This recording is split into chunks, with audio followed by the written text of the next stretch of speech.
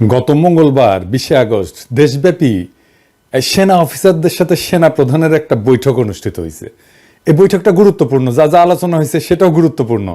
সেনাবাহিনীকে আমাদের জনগণের পক্ষ থেকে কিছু নির্দেশনা দেওয়া প্রয়োজন। ভুলে যাবেন না, সেনাবাহিনীকে অপেশাদার বাহিনী বানানোর কাজটা সুচারুভাবে করছিল কন্ট্রাক্টর বানায় হাসিনা।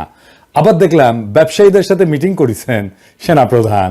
হ্যাঁ, কেন ব্যবসায়ীরা গেছে মিলিটারির নিরাপত্তা চাইতে আপনার কাছে? ওয়াকার সাহেব, আপনি পারেন দিতে? তারা দরকার হইলে প্রফেসর ইউনূসের কাছে যাবে, শিল্প বাণিজ্য উপদেষ্টার কাছে যাবে, আপনার কাছে কেন নিরাপত্তার জন্য?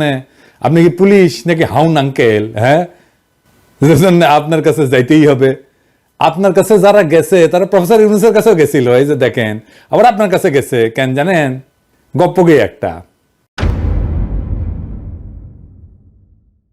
একটা গল্প বলি। ঢাকার কিছু এলিট 1971 সালের মার্চ থেকে ডিসেম্বর পর্যন্ত পাকিস্তানি সেনাবাহিনীর অফিসারদের দাওয়াত করে খাওয়াইতো নিজের বাসায়।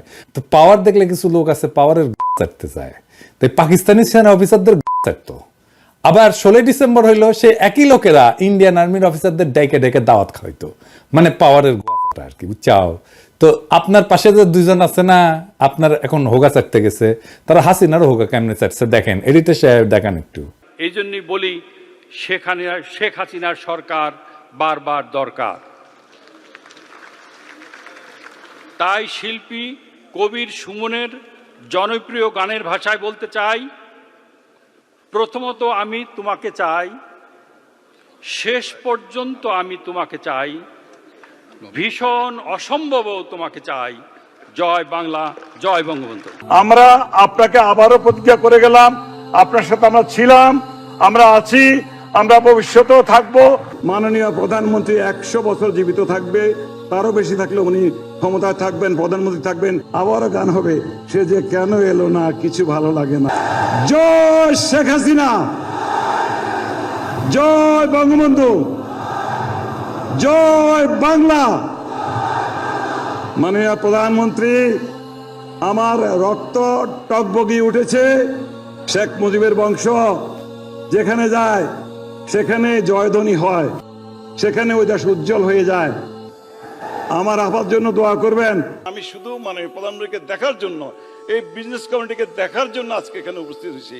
দিয়াবাড়ি থেকে আমি ইউনাইটেড হসপিটাল যাব, 13 মিনিটে চলে গেছি। এটা করলো কে বলেন? শেখ হাসিনা, আমাদের মা জননী শেখ হাসিনা। কখনো বোন, কখনো মা। যখনই এসেছি মায়ের পবিত্র আশীর্বাদের মতো ওনার কাছ থেকে ব্যবহার পেয়েছি, কখনো খালি হাতে ফিরে যাই নাই। হ্যাঁ, শেখ হাসিনা সরকার, শেখ হাসিনা সরকার, শেখ হাসিনা সরকার। জয় বাংলা, জয় বাংলা, জয় বাংলা, জয় শেখ হাসিনা। আরেকটু জোরে ভাই, জয় শেখ হাসিনা, জয় শেখ হাসিনা। আমার রক্ত গরম হয়ে গেছে এখন। যাই হোক, এবার সবার প্রসঙ্গে আসি। কেমন আলোচনা হয়েছে? এই সবাই কর্মকর্তারা যথেষ্ট উত্তেজিত ছিলেন, যা বোঝা গেছে আর কি। আর অতীতের অন্যান্য সবাই খুব কম অফিসার প্রশ্ন করতেন, কিন্তু 20 আগস্টের সবাই অনেককে প্রশ্ন করার জন্য হাত তুলতে দেখা গেছে। সেনা প্রধান মানে ওয়াকার সাহেবের বক্তব্যের মূল পয়েন্ট হচ্ছে যে উনি, আমি এক এক করে কইতেছি, আমি মন্তব্য বলতেছি উনার বক্তব্যের বিপরীতে। উনি কইছেন, 1 নাম্বার, সেনা মোতায়েন কাঙ্ক্ষিত সময়ের চেয়েও বেশি সময় ধরে চলার সম্ভাবনা আছে। আচ্ছা ওয়াকার সাহেব, এই সিদ্ধান্ত কি আপনি নেবেন? এই সিদ্ধান্ত সেনা প্রধান নেবে না, আদেশটা আসবে অন্তর্বর্তীকালীন সরকারের কাছ থেকে। তাদের প্রতি নিজেকে সমর্পণ করেন। একই সাথে গোপনে নানা রাজনৈতিক দল, ডিবি, এনএসআই, ডিজিএফআই পরিচালিত ইসলামিক দল এবং গোষ্ঠীগুলোর সাথে দেখা সাক্ষাৎ বন্ধ করেন। এই জিনিসগুলো খবর আমাদের কাছে আছে। কি করিচ্ছেন এগুলো আপনার লোকেরাই আমাদের এসে কয়া দেয়, বুঝছাও? এটা বন্ধ করেন, নিষেধ করিচ্ছি, বন্ধ করেন। সব কয়া দেবো কিন্তু কি কি করিচ্ছেন তাইলে। বিশেষ করে শেখ হাসিনার দুঃশাসনের সহযোগী ব্যবসায়ী সমাজকে প্রশ্রয় দিবেন না। বড় টাকা পয়সার লেনদেন হচ্ছে বলে কিন্তু আমরা শুনতে পাচ্ছি, কার কাছে কত টাকা যাচ্ছে সেটা একটা হিসাব পাইছি, ভেরিফাই করতে পারিনি জন্য কইলাম না, কিন্তু কয়া দেবো, নাম ধরে ধরে কয়া দেবো। দেশের যে সমস্ত ট্রেড বডি বা ব্যবসায়ীদের সংগঠনের নির্বাচন ধ্বংস কইরা যারা শেখ হাসিনার পদধূলি গায়ে মেখা জবরদস্তি করে এই সকল সংস্থার নেতৃত্ব দিছে, তাদেরকে ক্ষমা করা হবে না। যতই আপনার সাথে লাইন ঘাট করুক না কেন, ক্ষমা করা হবে না। অত সোজা না, বুঝছাও? এই মালগুলা বিনা ভোটে নির্বাচনে দাঁড়াইছে, বিজয়ী বা পরাজিত হয়েছে, টাকা পয়সা ঘুষ দিয়ে নিজের লোককে মনোনীত করছে। এরা গণশত্রু। গণশত্রুদের যাদের পাশে দেখবো তাদের পাশার চামড়া তুলে ফেলবো। 2 নাম্বার, আপনি কইছেন সামাজিক যোগাযোগ মাধ্যমে সরানো প্রোপাগান্ডা যেখানে সত্য মিথ্যার সংমিশ্রণ থাকে এতে কর্ণপাত না করতে। ওয়াকার সাহেব, এটা তো খুনি পলাতক হাসিনা জয় পলকের ব্যারাম। হ্যাঁ, এই রোগে মাত্র 2 সপ্তাহের মধ্যে আপনাকে ধরে ফেলছে, সংক্রমিত করছে। ঘটনাটা খুবই দুঃখজনক। আপনার তো তাহলে ভ্যাকসিন লাগবে, ভ্যাকসিন, গণ অভ্যুত্থানের ভ্যাকসিন নেন। তবে এটা আপনার দ্বারা মুগ্ধ হওয়া ডক্টর আসিফ নজরুল দিতে পারবে না, এটা আপনারা নিতে হবে ডাক্তার পিনাকি ভট্টাচার্যের কাছ থেকে। পিনাকি ক্যাঁকা করে ভ্যাকসিন দেয় জানেন তো। আজকে দিলাম না, আজকে মাফ করে দিলাম। হ্যাঁ, কি ওয়াকা সাহেব নেবেন? আমার বন্ধু বান্ধব বলে গালি না দিতে, মুখ খারাপ না করতে। তো ওই আপনি মিলিটারি, সেজন্য আপনারা গালি দিব না এটা ভাইবেন না, আপনারা বড় করে গালি দিতে পারবো। যখন ছাত্রদের উপরে গুলি করেছিলেন, ক্যাঙ্কা গালি দিছিলাম, মনে আছে নিশ্চয়ই। হ্যাঁ, বাধ্য করেন কেন গালি দিতে মিয়া? জেডে রাখেন ওয়াকারুজ্জামান, কোন সোশ্যাল মিডিয়াকে বাধা দেওয়া যাবে না। সোশ্যাল মিডিয়ার বিরুদ্ধে কোনো ধরনের বিষোদ্গার করবেন না। কখনোই ইন্টারনেট বন্ধ করা যাবে না। এই দুরূহ বাধা অতিক্রমের জন্য শত শত তরুণ কিশোর যুবক প্রাণ দিছে, সাবধান হয়ে যান। ইন্টারনেট ব্যবহারের খরচ কমাইতে হবে। আপনার শেখ পরিবার, আপনি তো শেখ পরিবারের জামাই, আপনার শেখ পরিবার লুটপাট করতে যায় বাংলাদেশে এই ডিজিটাল অ্যাসেটকে, এই ইন্টারনেটের কানেকশনের খরচকে সবচেয়ে বেশি দামে বিক্রি করার একটা পণ্যে পরিণত করছে। ইন্টারনেট ডেটা সহ সকল পণ্য দুনিয়ায় সবচেয়ে বেশি মূল্যে যে সকল দেশ বিক্রি হয় তার মধ্যে অন্যতমটা হচ্ছে আপনার পলাতক খালা শাশুড়ির সোনার বাংলায়। 3 নাম্বার, আপনি কইছেন অপ্রীতিকর ঘটনা সংঘটিত না করে এবং তা থেকে দূরত্ব বজায় রাখতে। অপ্রীতিকর ঘটনা এড়াইতে হলে দ্রুততম সময় সেনাবাহিনীকে মাঠ থেকে তুলে সেনা ছাউনিতে নিয়ে যেতে হবে। সীমান্ত রক্ষার জন্য জোরদার ট্রেনিং শুরু করতে হবে, কারণ আমাদের সকল সীমান্তই এখন অরক্ষিত। দেশের সার্বভৌমত্ব, জাতীয় নিরাপত্তা প্রত্যেকদিন বিঘ্নিত হচ্ছে। সমগ্র দেশবাসী জনগণকে সাথে নিয়ে সশস্ত্র বাহিনীর নেতৃত্বে আমরা বহিঃশত্রুর আক্রমণের হুমকি, আভ্যন্তরীণ বিষয়ে হস্তক্ষেপ এবং তাদের বাড়াবাড়িকে রুখে দাঁড়াবো ইনশাল্লাহ। সিভিল লাইফ অর্থাৎ জনজীবনে আপনি ঢুকবেন না, এটা আপনার কাজ না। আপনি সিভিল লাইফে না ঢুকে ব্যবসায়ীদের সাথে ঘুটনা কইরা অরক্ষিত সার্বভৌমত্বকে কিভাবে নিরাপত্তা দেওয়া যায় সে বিষয়ে চিন্তা করেন। ইন্ডিয়ার সাথে খুনি হাসিনা যে সমস্ত গোপন চুক্তি করেছে তার সেই সকল অসমস্ত কাজ সম্পন্ন করার লালসায় যেন না পড়েন। মুহূর্তের মধ্যে কিন্তু খালেদ মোশাররফের মতো জয় বাংলা হয়ে যাবেন। 4 নাম্বার, আপনি কইছেন সেনাবাহিনীর একতার উপর গুরুত্ব আরোপ করেছেন। আমি এ আলোকে আলোচ্য সভার পুরো বিবরণ পর্যালোচনা এর উপর মন্তব্য করব। 1 নাম্বার, আন্দোলনে যারা মারা গেছে তাদের দায়িত্ব যেন সরকার বহন করে, এই আলোচনা আসছে। তো সেনাপ্রধান হিসেবে আপনি কইছেন যে ট্রিটমেন্টের দায়িত্ব আর্মি নিছে। আমরা আহতদের চিকিৎসায় 400 জনের চিকিৎসার ব্যবস্থা করব, 300 সিএমএইচ এবং 100 কর্মী টোলাতে। 2 নাম্বার, একজন সেনা কর্মকর্তা বলছেন যে পুলিশের অধীনে সেনাবাহিনী কাজ করাটা ঠিক ছিল না। দুনিয়ার কোনো দেশে সেনাবাহিনী পুলিশের অধীনে কাজ করে না। যদি কাজ করতেই হয় পুলিশ সেনাবাহিনীর অধীনে থাকবে। আমরা সৈনিক হিসেবে প্রশিক্ষিত, পুলিশ হিসেবে না। পুলিশের সাথে সেনাবাহিনীর ইমেজ যায় না, তাদের অধীনে সেনাবাহিনীর কাজ করা উচিত না। আরেকজন সেনা কর্মকর্তা কইছেন যে ইনএড টু সিভিল পাওয়ারে সবসময় ম্যাজিস্ট্রেট থাকে না, তাদেরকে সময়মত পাওয়া যায় না। পরবর্তীতে সেনা মোতায়েন হইলে আমাদেরকে যেন ম্যাজিস্ট্রেসি পাওয়ার দিয়ে পাঠানো হয়। আমি একটা বোকার মতো প্রশ্ন করি, তা আর্মি অফিসাররা কি বোঝেন না 2014 সালের নির্বাচনের সময় থেকে বাংলাদেশের সশস্ত্র বাহিনী আন্ডার কমান্ড অফ পুলিশ হয়ে গেছে? নির্বাচিত রাজনৈতিক শাসনের অধীনস্থ থাকার অর্থ হচ্ছে জনপ্রতিনিধিত্বের প্রতি আনুগত্য প্রদর্শন করা। কিন্তু যখন দেশে ভোট হয় না, নির্বাচন ছাড়াই তথাকথিত জনপ্রতিনিধি মনোনীত হয়, তারা দেশ চালায় এবং তার অধীনে আর্ম ফোর্সেসকে কাজ করতে হয়, তখন জনগণের সার্বভৌমত্ব, দেশের সার্বভৌমত্ব বলে কিছুই অবশিষ্ট থাকে না। আওয়ামী লীগ তার অবৈধ শাসন চালায় যাওয়ার ক্ষেত্রে রাষ্ট্রের সকল প্রতিষ্ঠানকে ব্যবহার করছে, আর সেক্ষেত্রে অবলীলায় ব্যবহৃত হয়েছে বাংলাদেশের সশস্ত্র বাহিনী। আমি 2018 সালের বিবিসিতে দেওয়া একটা ক্লিপ দেখাইছিলাম, আবারও দেখাই।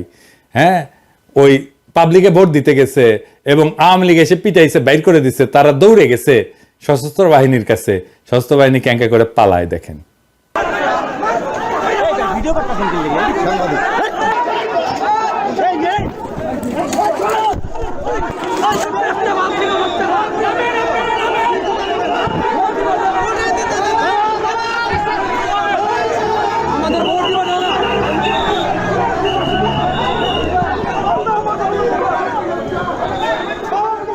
এই পুরো আয়োজনে বাংলাদেশের পুলিশের ভূমিকা ছিল শেখ মুজিব শাসনামলে রক্ষী বাহিনীর মতো নেতৃত্বের আসনে, ওরাই ছিল সুপ্রিম ফোর্স। সেই জন্যই শেখ হাসিনার পতনের ঘটনায় সবচেয়ে বেশি জনপ্রতিরোধের মুখে পড়ছে পুলিশের পোশাকে চাকুরিরত একদল গুন্ডা, ডাকাত এবং সন্ত্রাসী। বেনজিরের মতো কয়েক শত কোটি টাকার মালিক হয়েছে এমন পুলিশ অফিসারের সংখ্যা 500-র বেশি। এর মধ্যে প্রাক্তন আইজি থেকে শুরু করে ওসি পদের লোকেরাও আছে। আজিজের মতো কুখ্যাত জঘন্য সেনাবাহিনী প্রধান থেকে শুরু কইরা ইঞ্জিনিয়ারিং কোর, বিভিন্ন প্রজেক্ট পরিচালনাকারী কর্মকর্তা, ডিজিএফআই, র্যাব সহ ডাকাতি করা যায় এমন পদগুলোতে বসে কাজ করা যায় প্রায় 60 থেকে 65 জন জেনারেল 100 কোটি টাকা এবং সহায় সম্পদের মালিক হয়েছে। এই 60 থেকে 65 জন জেনারেলের তালিকা আমরা তৈরি করতেছি, আমরা এটা প্রকাশ করে দেব। পুলিশের সাথে প্রতিযোগিতা করে আর্মি অফিসাররা 2009 সাল থেকে র্যাব, বিজিবি, আনসার, ডিজিএফআইতে বসে গুম, খুন, ক্রসফায়ার সবই করেছে আর টাকা কামাইছে। এই প্রক্রিয়ায় জন্ম হয়েছে আজিজের মতো একজন নিকৃষ্ট সেনা প্রধানের এবং কয়েক ডজন ক্রিমিনাল জেনারেলের, যার মধ্যে একজন জিয়া। সেনা প্রধানকে এদের বিরুদ্ধে কোনো ব্যবস্থা নেবেন? তিনি কি র্যাব ভেঙে দিবেন? ডিজিএফআই নিষিদ্ধ করতে পারবেন? তা যদি না করেন তাহলে বুঝতে এবং প্রস্তুতি নিতে হবে বাংলাদেশে মানবতা বিরোধী যে সমস্ত কর্মকাণ্ড শেখ হাসিনার দুঃশাসনে চলছে সেগুলোর ওয়াকারুজ্জামানের সমর্থনে এবং পরবর্তীকালে তার নেতৃত্ব অব্যাহত থাকবে। এরপর একজন সেনা কর্মকর্তা গোপালগঞ্জে 10 বেঙ্গল রেজিমেন্টের সেনা সদস্যের উপর হামলার বিষয়টি উত্থাপন করেন। জবাবে সেনাপ্রধান ঘটনার জন্য দুঃখ প্রকাশ করে বলেন যে জড়িত ব্যক্তিদের আইনের আওতায় আনা হবে। মিরপুর ডিএইচএসে হামলার ঘটনা উল্লেখ করে একজন সেনা কর্মকর্তা ক্ষোভ প্রকাশ করে বলেন যে রেসিডেন্সিয়াল এরিয়া বাড়ি বাড়ি ঢুকে হামলা করা হয়েছে, সেটা নিয়ে আমরা দুঃখ পেয়েছিলাম, কেন এটা হইল? সেনাপ্রধান বলছেন যে এমআইএসটি এবং বিইউপির স্টুডেন্টদের হল ছেড়ে দেওয়ার আদেশ দেওয়া হয়েছিল। কিছু স্টুডেন্ট ডিএইচএস এর ভিতরে বাসা ভাড়া নিয়েছিল নিরাপত্তার জন্য, পরের দিন বাইরের কোনো এলিমেন্ট যেন ঢুকতে না পারে, এই জন্য ডিএইচএস সিকিউর করা হয়েছিল। কিন্তু সে রাতে এমআইএসটি এবং বিইউপি স্টুডেন্টরা ধাওয়া পাল্টা ধাওয়া করছিল, এদের খোঁজার জন্য সেখানে সেদিন অভিযান হয়। এরপর একজন সেনা কর্মকর্তা বলছেন জনপ্রশাসন, পুলিশ বিভাগ এবং বিচার বিভাগের উচ্চ পদে আসীন অনেক অফিসার পালাই গেছেন, এখন পালানোর জন্য অনেক রেডি এবং তৈরি। এই সুযোগে অনেকে প্রমোশন নিয়ে উচ্চ এবং ভালো পদে বসার সুযোগ নিচ্ছেন। মানুষ কিভাবে মরছে তা সবাই দেখছে। এরপর একজন সেনা কর্মকর্তা বলেন যে ক্যান্টনমেন্টে বিগত কয়েক বছরে যে পরিমাণে রাজনৈতিক কার্যক্রম হয়েছে সেনাবাহিনীতে অতীতে এমনটি দেখা যায়নি। সেনাবাহিনীতে রাজনীতি কোনোভাবেই কাম্য না। সেনানিবাসে ভিডিও, ব্যানার, পোস্টার সহ নানান রাজনৈতিক কার্যক্রম সম্পূর্ণভাবে বন্ধ করা উচিত। সেনাপ্রধান হিসেবে বন্ধ করাটা আপনার দায়িত্ব। তো সেনাপ্রধান এই পয়েন্টটা গ্রহণ করে বলছেন যে অ্যাকসেপ্টেড। এই গণ অভ্যুত্থানের পরেও ইন্ডিয়ার মনোনীত এবং তাদের পছন্দের জেনারেলরা যদি সেনাবাহিনীর নেতৃত্ব দেয় তাহলে শেখ মুজিব এবং শেখ হাসিনার ছবি, পোস্টার, ব্যানার সরে গেলেও প্রতিবেশীরা আমাদের সেনাবাহিনীকে নিষ্ক্রিয় এবং নিস্তেজ করার যে কর্মসূচি নিছে সেটা কিন্তু চলতেই থাকবে, ব্যানার ট্যানার যাই সরান না কেন। একজন সেনা কর্মকর্তা বলছেন যে জেনারেশন জি আমাদের অনেক কিছু শেখাচ্ছে, কিন্তু বাধাগুলো হচ্ছে দুর্নীতি। আর একজন সেনা কর্মকর্তা বলেন যে দুর্নীতিগ্রস্ত মিলিটারি পার্সনদের সেনানিবাসে ঢোকার অধিকার রেস্ট্রিক্ট করতে হবে। এখানে আমি কই কি, দুর্নীতি আবার দুই ধরনের, ব্যক্তিগত এবং প্রাতিষ্ঠানিক। ইন্ডিভিজুয়াল বা ব্যক্তি নির্ভর দুর্নীতি বন্ধের জন্য মোটিভেশন দরকার, কিন্তু প্রাতিষ্ঠানিক বা ইনস্টিটিউশনাল দুর্নীতি বন্ধের জন্য আপনার হস্তক্ষেপ দরকার। যেমন ইঞ্জিনিয়ারিং কোড এবং প্রজেক্টের নামে যে দুর্নীতি হয় সেগুলোর প্রতি খেয়াল রাখতে হবে। সশস্ত্র বাহিনীর শৃঙ্খলা আইনে দুর্নীতি রোধের ব্যবস্থা আছে। জন আকাঙ্ক্ষা অনুযায়ী সেনাবাহিনীর ভেতরকার দুর্নীতি চিহ্নিত করার জন্য আপনারা কি একটা কমিশন করতে পারবেন? একদল সৎ, যোগ্য, দক্ষতা সম্পন্ন অবসরপ্রাপ্ত অফিসার দিয়ে এই কাজটা শুরু করতে পারেন। সেই তদন্তে যারা অপরাধী হিসেবে চিহ্নিত হবে তাদেরকে কোর্ট মার্শাল করেন এবং দায়ীদেরকে সেনানিবাসে ঢোকা এবং অবসরে যে সকল সুযোগ সুবিধা পাওয়া যায় সেগুলো থেকে রেস্ট্রিক্ট করেন। তা করার মুরত কি আর্মির আছে? একজন অফিসার বলেন যে পিলখানা তদন্তের কাগজ এবং অনেক আলামত সরায় ফেলা হয়েছে, এটা পুনঃতদন্ত করা প্রয়োজন। পিলখানায় সেনা অফিসার হত্যার বিষয়টা উত্থাপন করে একজন অফিসার বলেন 25শে ফেব্রুয়ারিকে জাতীয় শোক দিবস ঘোষণার ব্যবস্থা করা উচিত, যেন এই জাতি সকল শহীদদের মনে রাখে। সেনাপ্রধান অ্যাডজুটেন্ট জেনারেলকে নোট নিতে বলছেন। আরেকজন অফিসার বলেন পিলখানা নিয়ে কমেন্ট করার জন্য অনেকের প্রমোশন আটকে আছে, বিডিআর বিদ্রোহের পর চাকরি হারানো কর্মকর্তাদের ক্ষতিপূরণ দেওয়া উচিত। সেনাপ্রধান বলছেন এটা বিবেচনা করা হবে, আমরা এটা খেয়াল রাখবো কেমন বিবেচনা করেন। সামরিক বাহিনীর অফিসারদের নিশানা করে খুন করতে বিডিআর এ সংগঠিত হত্যাকাণ্ড যে একটা বিদেশি ষড়যন্ত্র ছিল তা বাংলাদেশের সংখ্যাগরিষ্ঠ মানুষ বিশ্বাস করে। সেই জন্য এর একটা স্বচ্ছ তদন্ত করে বিশ্বাসযোগ্য বিবরণ বা আখ্যান বা ন্যারেটিভ দেশবাসীর সামনে তুলে ধরা প্রয়োজন। এই ঘৃণিত বিদেশি শক্তির সাথে এদেশের রাজনীতি, সামরিক বাহিনী, জনপ্রশাসন, পুলিশ, সাংবাদিক, বিভিন্ন পেশার মানুষদের যে অশুভ দেশবিরোধী আতাত বা সংযোগ ছিল এবং আছে তা উন্মোচিত করতে হবে। পক্ষপাতহীন, স্বচ্ছ, সঠিক বিচারের আয়োজন করে অপরাধীগুলোকে শাস্তি দিতে হবে। এছাড়া বাংলাদেশের স্বাধীনতা সার্বভৌমত্বের মধ্যে যে ভঙ্গুরতা, দুর্বলতা এবং ভীতি দেখা দিছে তার অবসান ঘটবে না। একজন অফিসার মেজর সিনহার বিচার কাজ দ্রুতগতিতে সম্পন্ন করতে বলছেন। সেনাপ্রধান অ্যাডজুটেন্ট জেনারেলকে নোট নিতে বলছেন। 2009 সালে শেখ হাসিনা সরকার গঠনের পরে পুলিশের বিভিন্ন পর্যায়ে মুক্তিযোদ্ধা কোটায় যাদেরকে নিয়োগ দিছে তাদের সকলের আসল পরিচয় এবং সত্যতা পুঙ্খানুপুঙ্খভাবে নিরূপণ করতে হবে। সংখ্যালঘু সম্প্রদায়ের এত বেশি সংখ্যক লোক কিভাবে ঢুকলো সেটাও তদন্ত করে বের করতে হবে। আরো দেখতে হবে নিজ জেলার পরিচয় গোপন করে ভিন্ন ভিন্ন জেলার নাগরিকত্ব দেখায় কত সংখ্যক বাটপার এবং দস্যু পুলিশে ঢুকছে। এমন সকল লোককে পুলিশ বাহিনী থেকে ঝাঁটায় বিদায় করে আইন শৃঙ্খলা রক্ষাকারী এই বাহিনীর পুরা খোলনলচা বদলে ফেলতে হবে। প্রমোশন বোর্ড নিয়ে প্রশ্ন তুলে বেশ কয়েকজন কর্মকর্তা বলেন, একজন অফিসার বলেন যে নোটশিটে প্রমোশন পেয়েছে অনেকে, সেনাপ্রধানকে এই ব্যাপারটির প্রতি দৃষ্টি দিতে হবে। সেনাপ্রধান বলেন যে অন্য সেনাপ্রধানরা অতীতে এমনটা করছেন, এটা নিয়ে কোনো কথা বলতে চাই না। সাবেক সেনাপ্রধানকে এই ব্যাপারে পরামর্শ দিয়েছিলাম। একজন বলেন যে ব্রিগেডিয়ার জেনারেল থেকে মেজর জেনারেল পদোন্নতি সেনাপ্রধানের নেতৃত্বে বোর্ডে হতে হবে। বর্তমানে রাজনৈতিক সরকার এটা দেখে, সেই জন্য জেনারেল কর্তৃক সরকার প্রধানকে কদমবুসি করার মতো ঘটনা দেখতে হয়। আর্মি চিফ এই পর্যায়ে হেসে দেন এবং বলেন আই এম এনজয়িং। আরো বলেন আবহাওয়া গরম হয়ে যাচ্ছে, তিনি সবাইকে উত্তেজিত না হয়ে ঠান্ডা হইতে বলেন। একজন অফিসার জিজ্ঞেস করেন যে প্রমোশনের ক্ষেত্রে কেমন রিফর্ম হবে। সেনাপ্রধান বলেন প্রফেশনালিজমই হবে প্রমোশনের অন্যতম ক্রাইটেরিয়া।